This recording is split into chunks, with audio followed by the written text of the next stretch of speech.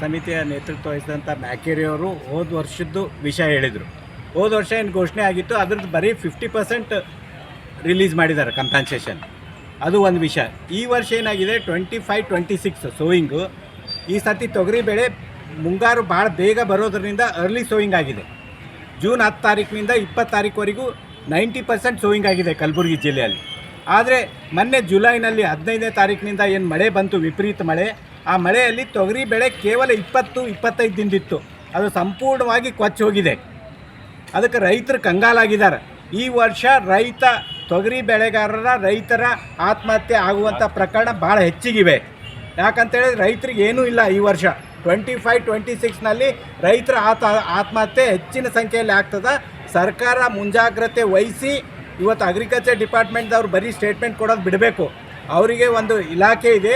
ಆ ಇಲಾಖೆ ಎಲ್ಲ ಆಫೀಸರ್ಸು ಪ್ರತಿ ರೈತರಿಗೆ ಜಮೀನುಗಳಿಗೆ ತೆರಳಿ ಕ್ರಾಪ್ ಏನೇನು ಡ್ಯಾಮೇಜ್ ಆಗಿದೆ ಅದರ ಬಗ್ಗೆ ಸರ್ಕಾರಕ್ಕೆ ವರದಿ ಸಲ್ಲಿಸಿ ಸರ್ಕಾರದಿಂದ ಕಂಪೆನ್ಸೇಷನ್ ಈ ವರ್ಷದ 25-26 ಪಡೆಯುವ ಪ್ರಯತ್ನ ಅಗ್ರಿಕಲ್ಚರ್ ಡಿಪಾರ್ಟ್ಮೆಂಟ್ನವ್ರು ಮಾಡಬೇಕು ಅಂತೇಳಿ ಈ ಮೂಲಕ ನಾವು ಒತ್ತಾಯ ಮಾಡ್ತಾ ಇದ್ದೀವಿ.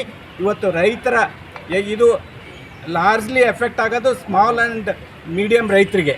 ಇವತ್ತು 4 ಎಕರೆ 6 ಎಕರೆ 5 ಎಕರೆ ಏನಿದೆ ಅವ್ರು ಮಾತ್ರ ಆತ್ಮಹತ್ಯೆ ಮಾಡ್ಕೋತಾರೆ. ನಾವು ಹೆಚ್ಚಿಗೆ ದೊಡ್ಡ ರೈತರು ನಾವೇನು ಮಾಡ್ತೀವಿ, 4 ಎಕರೆ ಜಮೀನು ಮಾರ್ತೀವಿ. ನಮಗೆ ಜಾಸ್ತಿ ಜಮೀನು ಇರ್ತದೆ, ಜಮೀನು ಮಾರಿ ನಾವು ಬದುಕ್ತೀವಿ. ಆದರೆ ಸಣ್ಣ ರೈತರು 4 ಎಕರೆ 2 ಎಕರೆ ಇರೋರು ಜಮೀನು ಮಾರೋ ಪರಿಸ್ಥಿತಿ ಇರೋದಿಲ್ಲ. ಪರ್ಸ್ನಲ್ ಲೋನ್ ಅಲ್ಲಿ ಇಲ್ಲಿ ಫೈನಾನ್ಸ್ನಿಂದ ತಂದಿರ್ತಾರೆ, ಕಟ್ಟೋಕ್ಕಾಗಂಗಿಲ್ಲ, ಸ್ವಾಭಿಮಾನ ಇರ್ತದೆ. ಅಂಥವ್ರು ಆತ್ಮಹತ್ಯೆ ಮಾಡುವಂಥ ಒಂದು ಪ್ರಯತ್ನ ಭಾಳ ಈ ವರ್ಷ ಹೆಚ್ಚಿಗಿದೆ. ಅದಕ್ಕೆ ಸರ್ಕಾರ ನಿಗಾ ವಹಿಸಬೇಕು. ಉಸ್ತುವಾರಿ ಸಚಿವರು ಮುಂಜಾಗ್ರತೆ ವಹಿಸಿ ಅಗ್ರಿಕಲ್ಚರ್ ಡಿಪಾರ್ಟ್ಮೆಂಟ್ದವ್ರಿಗೆ ಎಲ್ರಿಗೂ ಸರ್ವೆ ಮಾಡಿಸಿ ಕಂಪನ್ಸೇಷನ್ ಕೊಡುವಂಥ ಒಂದು ಕಾರ್ಯ ಕೈಗೆತ್ತಿಕೋಬೇಕು ಅಂತೇಳಿ ಈ ಮೂಲಕ ನಾವು ಒತ್ತಾಯ ಮಾಡ್ತಾಯಿದ್ದೀವಿ. ಈಗಾಗಲೇ ಹಾಗೂ ಅದರಲ್ಲಿ ಅನೇಕ ಸಂಘ ಸಂಸ್ಥೆಗಳು, ತೊಗರಿ ಬೆಳೆಗಾರ ಸಂಘವೂ ಇದೆ, ಎಲ್ಲರೂ ಕೂಡಿ ಪ್ರಯತ್ನ ಮಾಡಿದಾಗ ಸರ್ಕಾರದವರು ಸಹಾಯ ಮಾಡಿದ್ದಾರೆ. ಅವರಿಗೆ ನಾವು ಧನ್ಯವಾದಗಳು ಹೇಳಿದ್ದೀವಿ. ಆದರೆ ಪೂರ್ತಿ ಮಾಡಲಿಲ್ಲ ಅಂತ, ಅದಕ್ಕಾಗಿ ಇದು ಹೋರಾಟ.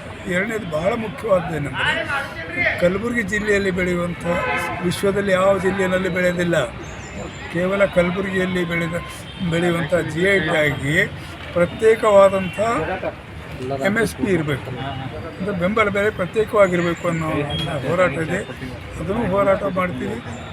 ರಾಜ್ಯ ಸರ್ಕಾರದವರು, ಕರ್ನಾಟಕ ರಾಜ್ಯ ಸರ್ಕಾರದವರು ಈಗಿರುವಂಥ ಬೆಂಬಲ ಬೆಲೆ ಮೇಲೆ 25% ಜಾಸ್ತಿ ಮಾಡಿರಿ ಅಂತ ರೆಕಮೆಂಡ್ ಮಾಡಿದ್ದಾರೆ. ಆದರೂ ಕೂಡ ಕೇಂದ್ರ ಸರ್ಕಾರ ಇದಕ್ಕೆ ಗಮನಕ್ಕೆ ತಗೊಂಡಿಲ್ಲ. ಅದಕ್ಕಾಗಿ ನಾವು ಪುನಃ ದೆಹಲಿಗೆ ಒಂದು ನಿಯೋಗ ತಗೊಂಡು ಹೋಗಿ ಪುನಃ ಅವರಿಗೆ ಒತ್ತಾಯ ಮಾಡ್ತೀವಿ. ಅದು ತಮ್ಮ ಮೂಲಕ ಈ ಸುದ್ದಿಯನ್ನು ಅಥವಾ ಈ ಮಾಹಿತಿಯನ್ನು ಕೊಡಲಿಕ್ಕೆ ತಾವೆಲ್ಲ ಸಹಕಾರ ಮಾಡೋದಕ್ಕೆ ಧನ್ಯವಾದಗಳು. 2024-25ನೇ ಸಾಲಿನಲ್ಲಿ ಸುಮಾರು 4 ಲಕ್ಷ ಹೆಕ್ಟರ್ ಪ್ರದೇಶವರೆಗೆ ಈ ಒಂದು ತೊಗರಿ ಬೆಳೆಗಳು ನೆಟರೋಗ ಮತ್ತು ಕಳಪೆ ಬೀಜ ಮತ್ತು ತೇವಾಂಶ ಕೊರತೆಯಿಂದ ಹಾಳಾಗಿದ್ದರಿಂದ ರೈತರು ಭಾಳ ಸಂಕಷ್ಟದಲ್ಲಿದ್ದರು. ಅಂಥ ರೈತರಿಗೆ ನೆರವಿಗೆ ಧಾವಿಸಿದಂಥ ನಮ್ಮೆಲ್ಲ ಮುಖಂಡರು, ರೈತ ಹೋರಾಟ ಸಮಿತಿ, ವಿವಿಧ ಸಂಘ ಸಂಸ್ಥೆಗಳು ಸೇರಿಕೊಂಡು ಇವತ್ತು ಹೋರಾಟ ಮಾಡಿದ ಹಿನ್ನೆಲೆಯಲ್ಲಿ ಸುಮಾರು 667 ಕೋಟಿ ರೂಪಾಯಿ ಹಣವನ್ನು ಸರ್ಕಾರ ಬಿಡುಗಡೆ ಮಾಡಿತ್ತು. ಸರ್ಕಾರ ಮಂಜೂರಾತಿಯನ್ನು ಮಾಡಿತ್ತು. ಅದರಲ್ಲಿ ಕೇವಲ 340 ಕೋಟಿ ರೂಪಾಯಿ ಮಾತ್ರ ಬಿಡುಗಡೆ ಮಾಡಿದ್ದಾರೆ. ಇನ್ನೂ 326 ಕೋಟಿ ರೂಪಾಯಿ ಕೂಡಲೇ ಬಿಡುಗಡೆ ಮಾಡಬೇಕು ಎನ್ನುವಂಥ ಒಂದು ಬೇಡಿಕೆಯನ್ನು ನಾವು ಇಟ್ಕೊಂಡು ಇವತ್ತು ಸುದ್ದಿಗೋಷ್ಠಿ ಮಾಡಿದ್ದೀವಿ. ಅದ್ರ ಜೊತೆಯಾಗಿ ಸುಮಾರು 1,20,000 ಹೆಕ್ಟರ್ ಪ್ರದೇಶದಲ್ಲಿ ಇನ್ನೂ ರೈತರು ಯಾರು ಇನ್ಶೂರೆನ್ಸ್ ಮಾಡಿಲ್ಲ ಅಂಥ ರೈತರಿಗೆ ಕೂಡ ಸುಮಾರು 307 ಕೋಟಿ ರೂಪಾಯಿ ಇವತ್ತು ಪರಿಹಾರ ಕೂಡ ಅಂದಿನ ದಿನಗಳಲ್ಲಿ ನಮ್ಮ ಬೇಡಿಕೆಯಾಗಿತ್ತು. ಇನ್ನೂವರೆಗೂ ಕೂಡ ಆ ಹಣವನ್ನು ಕೂಡ ಬಿಡುಗಡೆ ಆಗಿಲ್ಲ. ಆದ್ದರಿಂದ ಏನು ಇನ್ಶೂರೆನ್ಸ್ ಬಾಕಿ ಹಣ ಇರುವಂಥ 326 ಕೋಟಿ ಮತ್ತು ಇನ್ಶೂರೆನ್ಸ್ ಇರಲಾರ್ದೇ ಇರುವಂಥ 307 ಕೋಟಿ ರೂಪಾಯಿ ಹಣ ಕೂಡಲೇ ಬಿಡುಗಡೆ ಮಾಡಬೇಕು ಎನ್ನುವಂಥ ಒಂದು ಆಗ್ರಹವನ್ನು ರಾಜ್ಯ ಸರ್ಕಾರಕ್ಕೆ ನಾವು ಮಾಡ್ತಾಯಿದ್ದೀವಿ.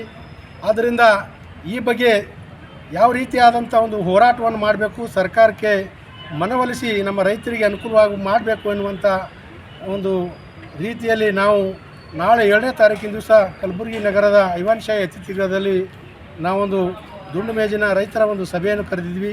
ಆ ಸಭೆಯಲ್ಲಿ ಎಲ್ಲ ನಮ್ಮ ರೈತ ಮುಖಂಡರು, ವಿವಿಧ ಸಂಘ ಸಂಸ್ಥೆಯ ಎಲ್ಲ ಪ್ರತಿನಿಧಿಗಳು ಆಗಮಿಸಿ ಸಲಹೆ ಸೂಚನೆಗಳನ್ನು ನೀಡಿ ರೈತರಿಗೆ ನೆರವಾಗಬೇಕು ಎನ್ನುವಂಥ ಒಂದು ಸುದ್ದಿಗೋಷ್ಠಿ ಇವತ್ತು ದಿವಸ ಇಟ್ಕೊಂಡಿದ್ದೀವಿ.